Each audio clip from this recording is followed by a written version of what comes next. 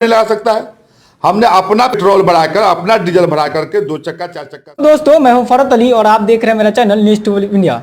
अभी हमारे साथ जुनैद आलम जी हैं, जो ऑल इंडिया मजलिस इत्तेहादुल मुस्लिमीन पार्टी के छपरा सिवान के ये प्रभारी बनाए गए हैं और ये जो स्टेट में जो कोर कमेटी का मेंबर होता है उनके ये एक सदस्य हैं। आज हम इनसे बात करेंगे गठबंधन पर, जो ऑल इंडिया मजलिस इत्तेहादुल मुस्लिमीन का बिहार के अंदर गठबंधन हुआ है उस पर बात करेंगे, और ख़ासकर हम सीतामढ़ी जिला पे बात करेंगे और परिहार प्रखंड और बाजपट्टी विधानसभा पर बात करेंगे कि यहाँ पर आपके पार्टी के उम्मीदवारी और आपके पार्टी के उसमें आप भी शामिल थे और खूब चर्चा हो रही थी कि एमआई से अगर कोई कैंडिडेट आ रहा है तो वो जुनैद आलम है, और लास्ट में गठबंधन को टिकट दिया गया और आपकी पार्टी को टिकट नहीं मिला। इन सब पे हम बात करेंगे और जान लेते हैं जुनैद आलम जी का इस सब पे क्या व्यू है। जी, सबसे पहले हमारे चैनल पर आपका स्वागत है और हम यही जानना चाहेंगे कि इस गठबंधन को आप किस तरीके से देखते हैं। ये गठबंधन बेहतरीन गठबंधन हुआ है। हमारे सदर अख्तरुल ईमान साहब और आदिल हसन आज़ाद साहब, असदुद्दीन ओवैसी साहब ने जो भी फैसला लिया है, दूर की राजनीति की है। इन लोगों ने दूर की राजनीति की है। इसके बहुत दूरगामी परिणाम होंगे, बहुत बेहतर परिणाम होंगे। जो लोग कल एमआईएम को वोट कटवा कहते थे, बीजेपी की बी टीम कहते थे, उन लोगों को खुश होना चाहिए कि आज ये वोट कटवा नहीं रही, बी टीम नहीं रही।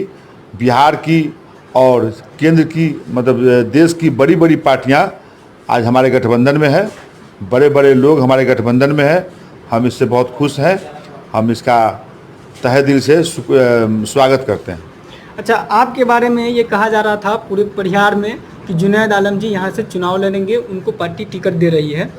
उसके बाद आपका टिकट कट गया, आपको टिकट नहीं मिला और आरएलएसपी जो आपसे गठबंधन की है उस पार्टी को टिकट मिला। तो क्या जुनैद आलम जी पार्टी से बगावत करके वो परिहार विधानसभा से चुनाव लड़ेंगे?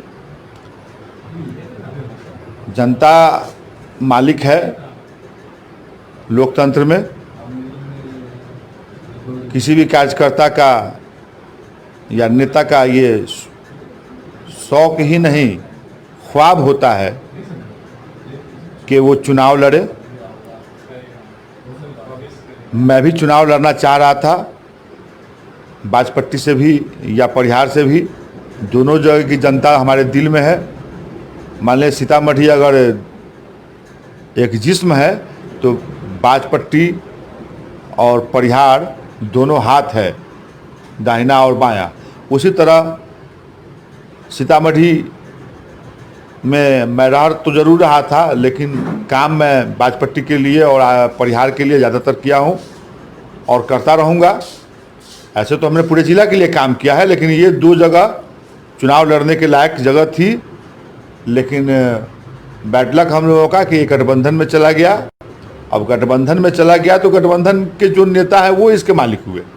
अब वो किसको लड़ावेंगे, किसको नहीं लड़ावेंगे, ये उनका अपना जो है मामला है। इसमें बगावत करने की कोई बात नहीं है। हम लोग पार्टी के साथ थे, पार्टी के साथ हैं और पार्टी के साथ रहेंगे।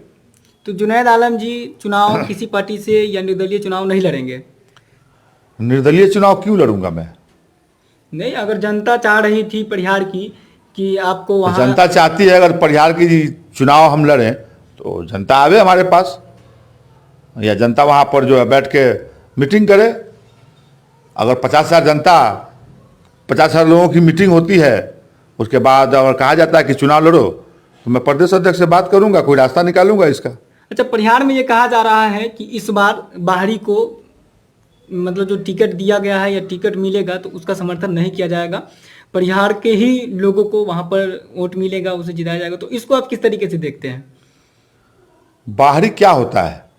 हम तो जिला के लोग हैं जी, हम तो जिला के लोग हैं और जिला में सब लोगों के लिए काम किए हैं।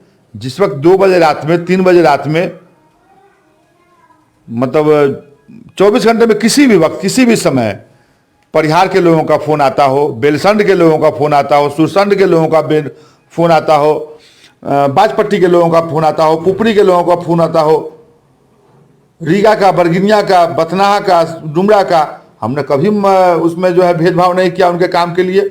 हमने फ़ोन रिसीव किया, उनके जो है दुख तकलीफ का निवारण करने की कोशिश की। हो सकता है 2 बजे रात में बिस्तर छोड़ के हमको जाना पड़ता था दूसरे दूसरे जगह पे। परिहार के कई लोगों का मैं नाम गिना दूंगा जिनके साथ बहुत बुरी बुरी हादसात हुए। लोगों ने फ़ोन किया, हम सीतामढ़ी में नहीं थे, फिर भी हमने उनका रिकवरी कराया। उनकी इज्जत को ढके रखना हमारी मजबूरी है। तो बाहरी क्या होता है, जब काम करवाने का वक्त है उस वक्त बाहरी देखना चाहिए ना कि हम बाहर के लोगों से काम नहीं कराएंगे, परिहार के लोगों से ही काम कराएंगे, बाजपट्टी के लोगों से ही काम कराएंगे। और रहा बाहरी की बात, तो आप तो शिवहर के लोग यहाँ सीतामढ़ी में आके चुनाव लड़ रहे हैं, सहरसा के लोग सीतामढ़ी में चुनाव लड़के विधायक बने, एमपी बने, सुपौल के लोग यहाँ पर आके चुनाव लड़े हैं। अभी सिवान के लोग प्रयासरत थे कि टिकट मिल जाए इसी पार्टी से, MIM से। सिवान के लोग चाह रहे थे कि परिहार या बाजपट्टी से। हाँ, अभी चाह रहे थे। अभी जो रालोसपा का कैंडिडेट है अमजद हुसैन अनवर, वो भी तो शिवहर के हैं। वो शिवहर के हैं। हम, मेरे कहने का मतलब है, जो जनता के बीच है, जनता को उसको वोट देना चाहिए। ये सवाल गलत है कि बारी क्या होता है। बारी अगर मानते हैं किसी को तो उसके पास मत जाइए किसी काम के लिए। आप आशा उम्मीद कैंडिडेट में, नेताओं में कब जगती है कि हम फला जगह से चुनाव लड़ेंगे तो जीत जाएंगे? क्यों जगती है? क्योंकि वहां के लोगों ने उनसे काम करवाया होता है जी। तो मैं चैलेंज करता हूं फरद साहब, परिहार आपका मकान है, हम परिहार के लोगों से भी, आपके गांव के लोगों को भी, आप चूंकि मीडिया में रहे हैं, पूछ लीजिए कहीं भी जाकर के, किसी से भी जुनैद ने 1 रुपया लिया है?